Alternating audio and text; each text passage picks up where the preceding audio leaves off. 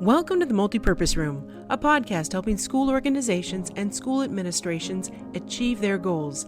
Each episode discusses real-life topics that PTAs, PTOs, and school staff are dealing with.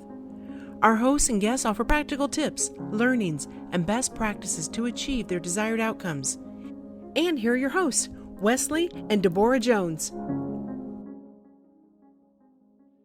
So Wes, I'm really excited about today's episode because it's something that when I looked out there just wasn't a lot of information on, and that is around creating presence when teaching online in the primary and secondary education space. So teachers have been effective classroom leaders for decades. I'm always impressed at back to school night when we walk in and there's chaos with all the parents and students there. And all of a sudden, the teacher pulls out some little 1, 2, 3, eyes on me, and everybody quiet in the classroom. They just grab your attention. Yeah, and they manage that classroom like nobody's business. It's really impressive. But now they've been thrown into this virtual world where some of those same things don't necessarily work. And although I've seen trainings for college teachers, I haven't seen a ton for primary and secondary education teachers. So I'm very excited because today we have an acting coach and teacher herself, Susan Finch, joining us to talk about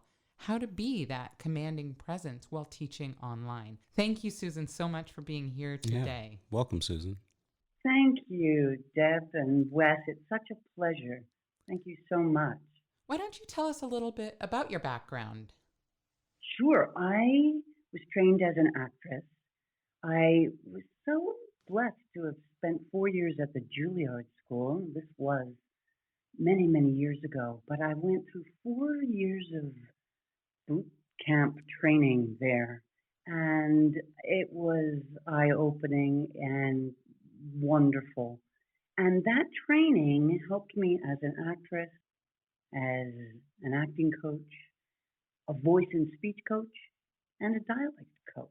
Just before COVID happened, I was working as a dialect coach on Broadway, The Girl from the North Country, which is the Conor McPherson musical about Bob Dylan.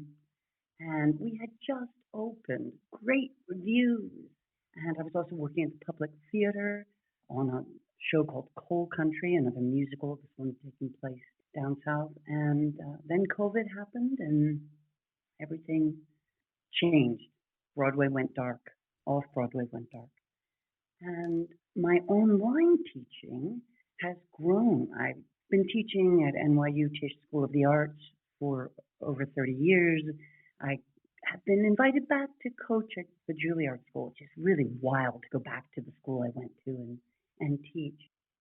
And I quite often teach actors still, and my online experience has changed in that I find it easier actually to reach actors. Sometimes I will work with a Zoom class with 15 people. Oh wow, and that's a lot of people. I thought this is going to be challenging, and you can see everyone at the same time. So you can see when people fade out emotionally, when they get tired, when they're curious.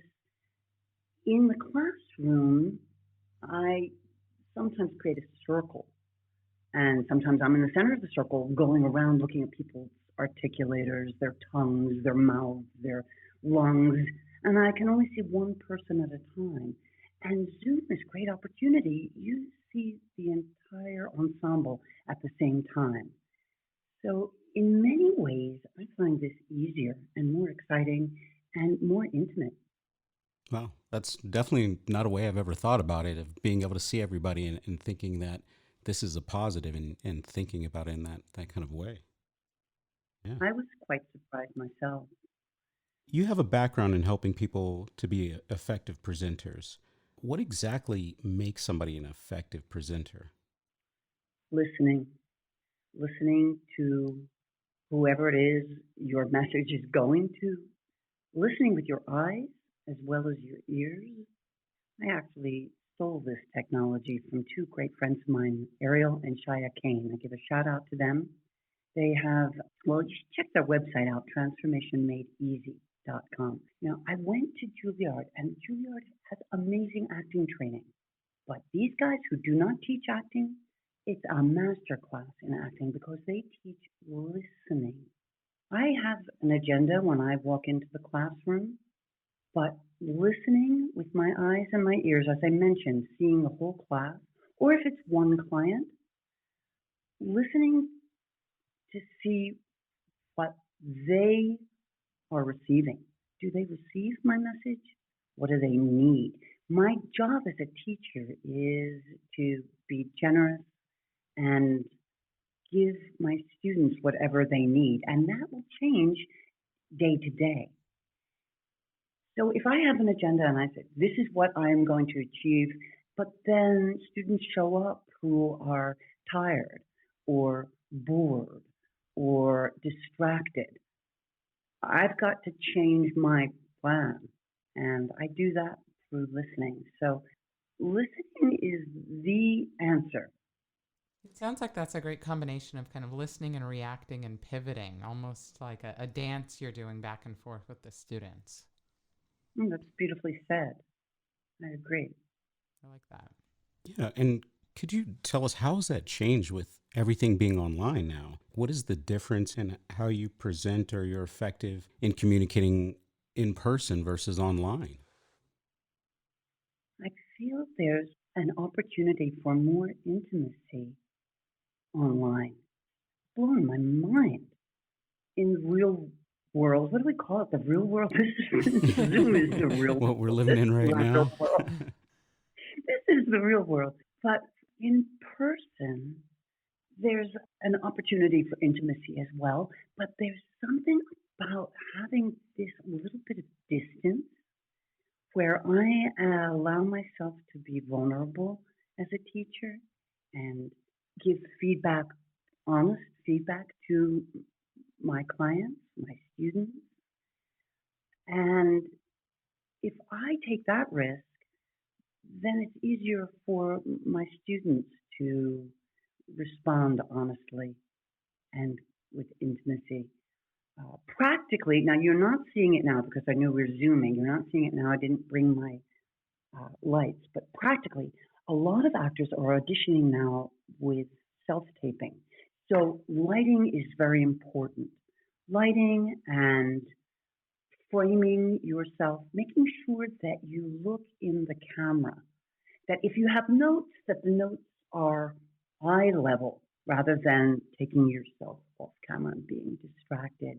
And I ask that my students as well put away their other devices, their phones. They don't take notes actually in my class, which I know is bizarre, but note taking can be distracting, and my students are brilliant and they can recap after the class, but that they stay focused in the camera as well. And for actors, not for humans, for anyone, being here, being present, staying centered in your body and in your breath is vital for effective communication. Also, right now I'm standing, and I like to have it set up so that I can stand and sit in a moment. And I find sometimes my students get fatigued online, and standing, doing stretching exercises, some breathing work breaks up the hour, or sometimes I teach an hour and a half sessions, and to break that up is important. Yeah, it's a bit tough to just sit and focus on one thing in a seat for an hour straight. True.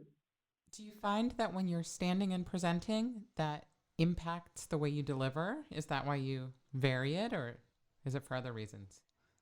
I feel I'm more in my body and more centered. I'm going to do a shout out to the Alexander technique, which is a body breath technique. I am not a certified Alexander teacher, but I love this technique. And many acting schools teach this.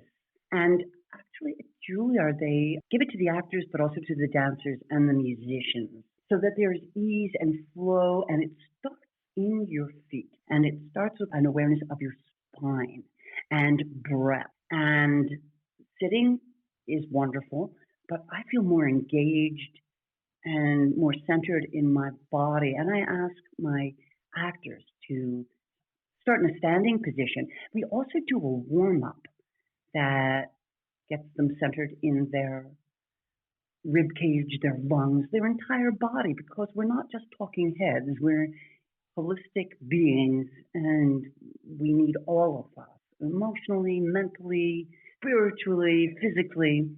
And I find standing helps me get there easier. I like that incorporation of movement, starting the class with a warm up and then a break in the middle with some sort of movement to keep people engaged. I also find it interesting. You talked a little bit about the setting, so I want to explore that a little further. You mentioned lighting, so that's one element. But what about backgrounds and props, or what else can make an effective kind of presentation setting the scene? Because now people do have that window into what's behind you, and it's not necessarily the classroom. Right. Well, I am not a fan of the Zoom backgrounds where when you move, your head gets enveloped and you disappear. And again, do not look at my background where you can see the vacuum cleaner. But keeping it clean, keeping it simple back there, but colorful and personal. There's nothing wrong with showing some bit of yourself. As long as you're the primary focus, the human should be the focus. If there's a lot of clutter or distractions, it can take away from the person. We want to see you. And I ask that for my actors as well, that they look at the class as if they're directors and how they are coming across. And it's wonderful practice for the future of self-taping or presenting on Zoom. Your face is primary. That's a really interesting perspective, as you're looking as if you're filming it and you're the director and getting the preview, because then you have a different mindset of how you're positioning everything. And it's really good to think about or come from that position. I think we've all become directors and lighting technicians, and sound engineers. Yeah, I even think that that's something, we have a young daughter who's in first grade, and I think that's a concept even first graders understand, right? Look at it as if you're the teacher, how are you centered, right? Or if you are directing the class, are you giving the attention that you would want others to give you? Those are concepts that they can understand, that teachers can use at all ages. I agree. And this concept of using your eyes and your ears to listen, if I were to continue this conversation, it's like, yeah, yes, I'm looking out to the side now. I got you, Deb, yeah, Wes, great. The chances of me following a thought, which our brains are these amazing computers, and we follow thoughts so quickly. But if I use my eyes and my ears to focus in on the camera, then there's less to do. And I can listen and use my instincts, because we're all such amazing, amazing beings. We've made it this far on the planet. And I feel we often forget how brilliant we are and what amazing instincts we are, especially teachers who have been doing this in the classroom for years and switching over to Zoom. It can happen very easily. We need a little practice in. I'm looking at a little green dot and imagining you're there. But it's an opportunity for true intimacy. And if I notice that a student is distracted, it affects the entire room, the entire ensemble. We need everyone. You know how when one student is absent, we feel their absence. Or if someone turns off their camera, it feels voyeuristic. And to have everyone present, when one person is distracted, it affects the entire group. And our presence helps others become brilliant just through listening. So how do you handle that situation? In other words, how do you effectively engage on an individual level when you've got this class of 15 and they're just all these little Zoom boxes? Are you able to really look at every individual and bring them in and make sure that they're paying attention, even though you just have their little square with their face in it? I am. And I love it when we're all unmuted. It can sound cacophonous when we're doing a warm up where everyone's doing silly speech exercises with their tongues and doing strange Peter Piper exercises. But if I notice that one student is not aware or we've lost them, they've followed a thought, they're distracted, I'm honest with them. And I'm not going to call them out and make them feel uncomfortable, but I will ask, what's going on? Or what do they think about what just happened? And what's their feedback on someone else's work, to include them? Because it's not their fault that they have an amazing brain and they followed a thought. It's what happened. But if they notice that they've left and bring themselves back, then it's miraculous. And how important their presence is, how needed we all are. And the sense of ensemble is so important in theater, in film, in the classroom, in life. When I'm going to the grocery store, connecting with people, it's about human connection. You know, it's interesting to me because I would say common practice is to put everybody on mute, right? With the theory behind that there can be distractions from people inadvertently saying something and it distracts the whole class. But if we think about what the brick and mortar classroom is like, if somebody blurts something out in the middle of class, that's a distraction there. So why not apply those same principles and leave everybody unmuted?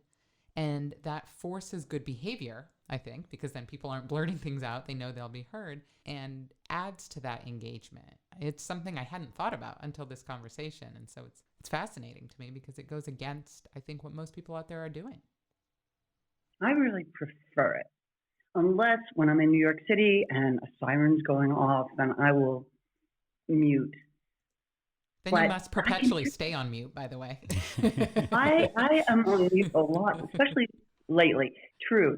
But so I toggle back and forth. Yeah. But I like to hear people's breath or some laughter or a comment. As you said, maybe someone needs to blurt something out. That's appropriate. I want to know if people have questions or if my message is landing. It's not that I am lecturing to someone, but that I'm including the whole group. So I prefer it. One of the things that you and I spoke about previously that I found interesting, and I don't think these were the exact words you used, but it was around listener fatigue and things that a presenter can do inadvertently that may fatigue their listeners and or distract from the presentation, depending how you want to phrase it. But what are some of those examples? Staying connected to your breath is so important. When I was a kid, I thought taking a breath meant lifting my shoulders and breathing, and with an audible inhale. I had no idea that my throat had nothing to do with breath. It was the passageway for my breath, that my lungs were my source of breath. So staying connected to breathing. And I have some very simple exercises that I give my students to connect with their bodies, their lungs, their breath. Slowing down is vital. We rush so much.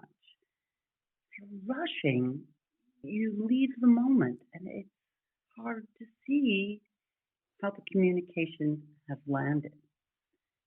The other thing, we talked about something called vocal fry, which is instead of taking a breath and letting the communication come forward to envelop the listener, we can breathe in and let it die back here.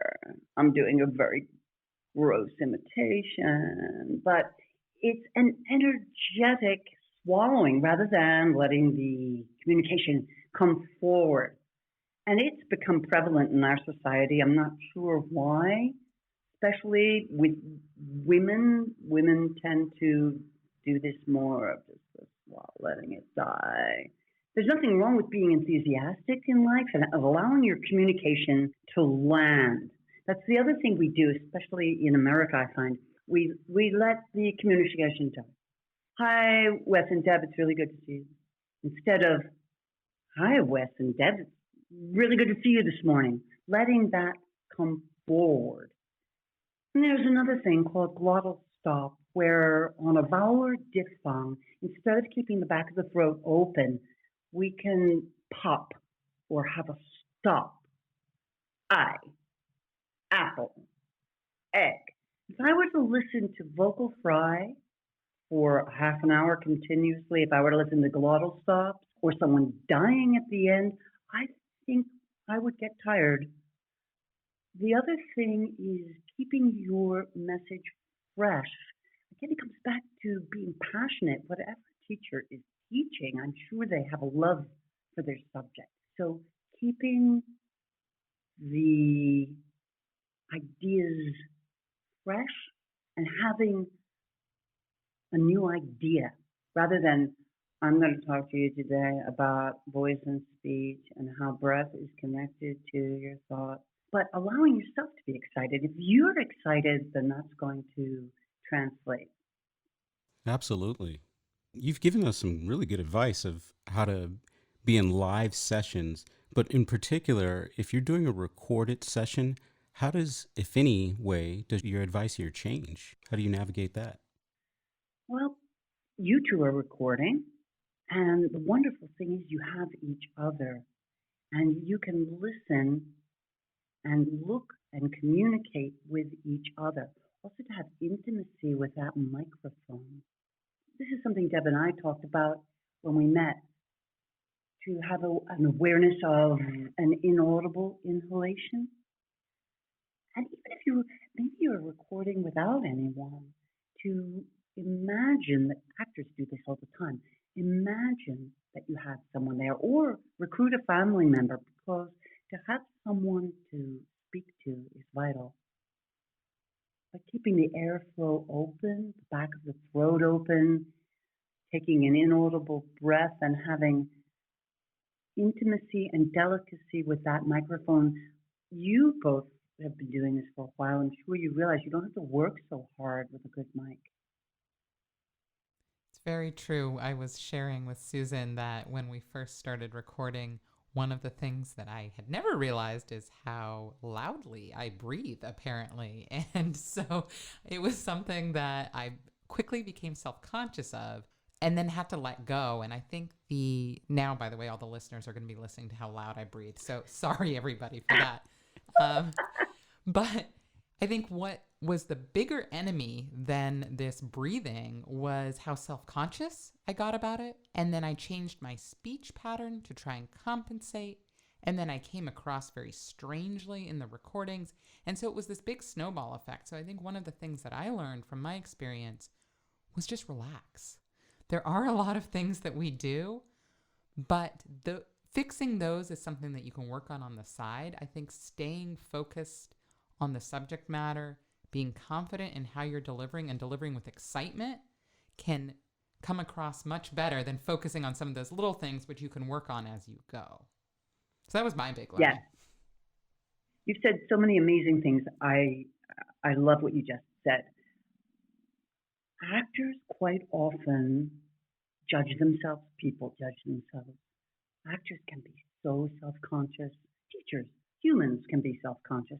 If you switch it around to, rather than thinking about how am I breathing, how am I sitting, how am I coming across, your brain cannot do two things at once.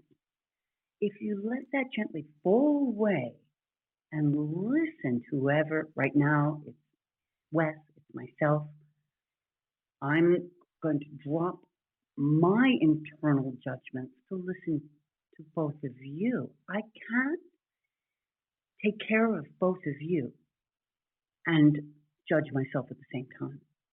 So if you can't do two things at once, and the judgment will be there forever, but you can become skilled.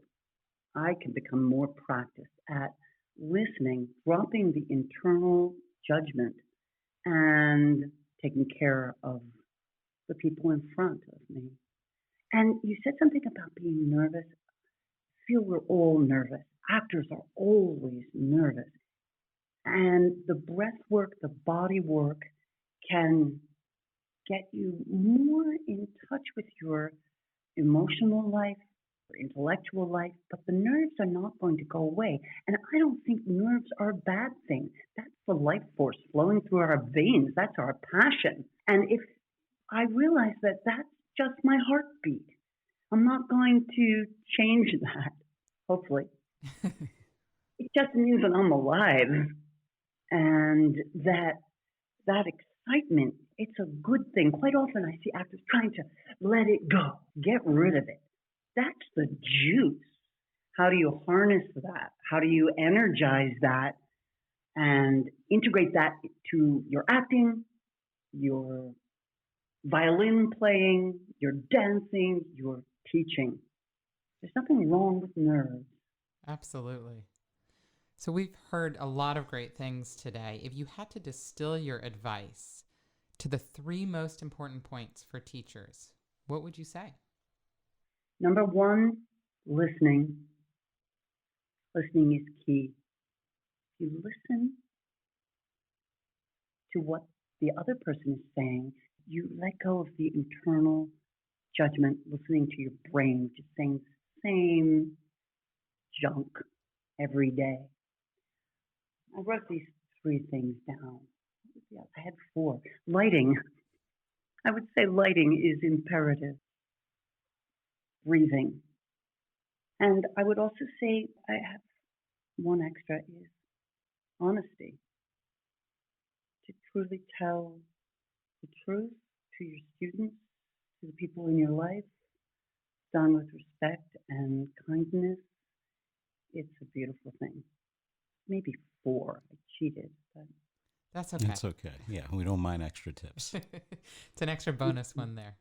We appreciate your time so much today. It was great to connect, and I think this is some really great advice. Teachers are taking on a lot this year and are doing such a great job, and so these are things that they can work into their lesson plans if they so desire, and I think it will make them command that virtual classroom in the same way that they command that brick and mortar classroom. excellent. Thanks for What a being with pleasure us, this Evan. is. Thank you. Enjoy the rest of your day. You as well. Thank you so much. This show has been brought to you by K-12 Clothing. K-12 Clothing is a PTA-Dad created business focused on providing high-quality school apparel while increasing access to educational resources through fundraising in schools. Learn more at k12clothing.com.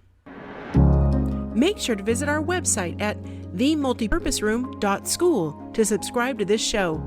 If you like the topics on this show, we share additional resources on our company blog at k12clothing.com and click on blog.